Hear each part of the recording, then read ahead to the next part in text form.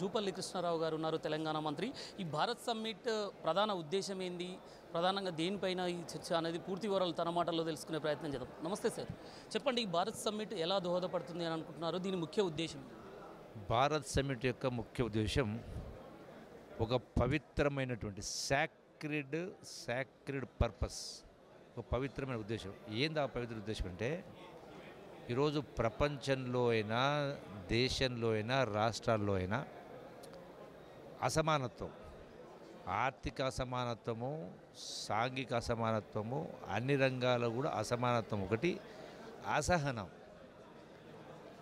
వీటన్నిటిని కూడా ఇలా కలగలిపి ఈ రోజున దేశంలో కానీ ప్రపంచంలో కానీ ఇటువంటి దుర్ఘటన జరుగుతుంది, ఇంక్లూడింగ్ మన రీసెంట్ కాశ్మీర్ జరిగిన సంఘటన. వీటన్నిటి ప్రధాన కారణం ఏంది అంటే, డెఫినెట్గా ఈ యొక్క టాలరెన్స్ లేకపోవడం, ఇంటాలరెన్స్.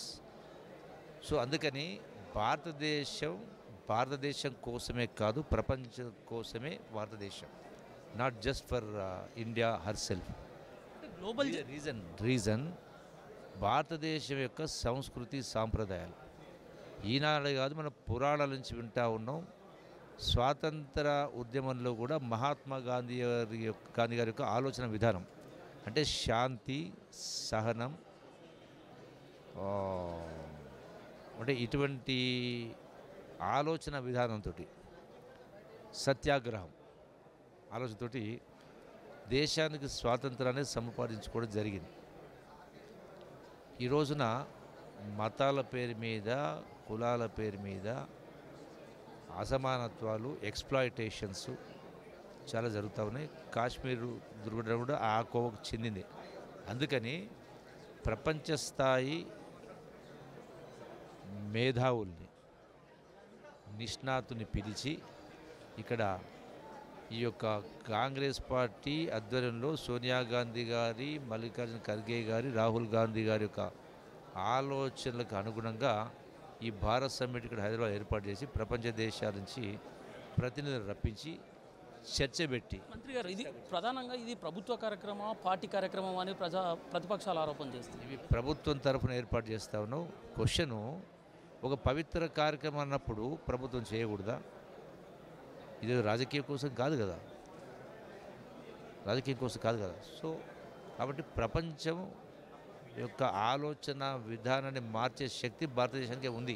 మరి అలాంటి భారత్ సమ్మిట్కు మన ఇండియాలో అలాంటి అర్హులైన నాయకులు ఎవరు లేరా? భారత్ సమ్మిట్కి రావడానికి మన ఇండియాలో 400 డెలిగేట్స్ వస్తారు అని అంటున్నారు కదా. డెలిగేట్స్ భారతదేశం నుంచి వస్తూ ఉన్నారు, విదేశాల నుంచి వస్తూ ఉన్నారు. క్వశ్చన్ అనేది లక్ష్యం, ఆ లక్ష్యం కోసం, సో ఆ పవిత్ర కార్యక్రమం కోసం చేస్తాం. ఎప్పుడైతే ఈ అసమానతలు తొలగిపోవాలంటే, రకరకాల అసమానతలు, రకరకాల అన్యాయాలు, రకరకాల అక్రమాలు పోవాలంటే ఆలోచన విధానం ప్రస్తుతం ఆలోచన విధానం మారాలా. అది వ్యక్తులైనా, సంస్థలైనా, ప్రభుత్వాలైనా, పార్టీలైనా, దేశాలైనా.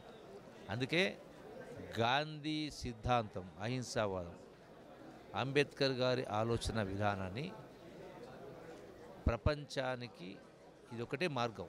అంటే ప్రపంచానికి చాటి చెప్పే యత్నంలో ఈ యొక్క దిశను, గతిని మార్చే ప్రయత్నంలో భాగంగా ఈ యొక్క భారత్ సమ్మిట్ కార్యక్రమం ఏర్పాటు చేస్తాం. కాంగ్రెస్ పార్టీలోనే సామాజిక న్యాయం, సమానత్వం పాటించదు. అలాంటిది ప్రపంచ దేశాలను పిలిచి సమానత్వం, సామాజిక న్యాయం పైన మీటింగులు పెట్టడం ఏంటి అని చెప్పేసి బీజేపీ ఆరోపణలు చేస్తుంది. మీ ప్రశ్న సమాధానం, పాటించకపోతే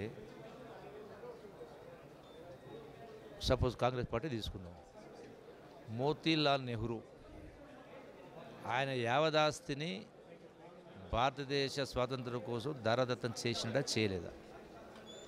నెహ్రూ గారు స్వాతంత్రం వచ్చిన తర్వాత, ప్రధానమంత్రి అయిన తర్వాత 30 కోట్ల జనాభాకు ఆనాడు ఆకలి చావులు ఉండే, 30 కోట్ల జనాభా. మరి దేశానికి ఇలా 140 కోట్లైనా కూడా ఆహారధన కొరత లేకుండా. రెండవది, ఇందిరాగాంధీ దేశం ఒకటిగా ఉండాలి, ముక్కలు కావద్దనతోటి ఆమె ప్రాణాలు అర్పించింది. ఆమె దేహం ముక్కలేని కానీ దేశం ముక్కలు కానియకుండా చూసింది. రాజీవ్ గాంధీ కూడా దేశ సమగ్రత కోసం, ప్రతిష్ట కోసం, ప్రపంచంలో తలెత్తుకుండడం కోసం ఆయన కూడా ప్రాణార్పించారు. సోనియా గాంధీ గారికి ప్రధానమంత్రి పదవి వచ్చినా కూడా తిరస్కరించిందా, తిరస్కరించలేదా? అట్లనే రాహుల్ గాంధీ కూడా 2009లో ప్రధానమంత్రి పదవి అవకాశం వచ్చింది కదా, కాంగ్రెస్ అధికారంలోకి వచ్చింది కదా, మెజారిటీ పార్లమెంట్ ఉన్న ఆయన ప్రధానమంత్రి తీసుకోమన్నా తీసుకోలే కదా. తీసుకోకుండా ఏం చేసిండ్రు? దేశ ఆర్థిక పరిస్థితి చిన్నాభిన్నమైంది. దేశ ఆర్థిక పరిస్థితిని సరైన దారిలో పెట్టాలని ఒక ఆర్థికవేత్తను మన్మోహన్ సింగ్ను ప్రధానమంత్రి చేసింది. మరి ఇవన్నీ కూడా ఏం సూచిస్తుంది అంటే త్యాగాన్ని సూచిస్తూ ఉంది, ఆలోచన విధానం సూచిస్తూ ఉంది. సరే, అక్కడక్కడ చిద్రమల సంఘటన జరిగినది అందరూ కూడా ఇదే ఆలోచన ఉంటే ఇవన్నీ జరుగుతాయి. సో ప్రయత్నంలో భాగంగా జరుగుతూ ఉంది.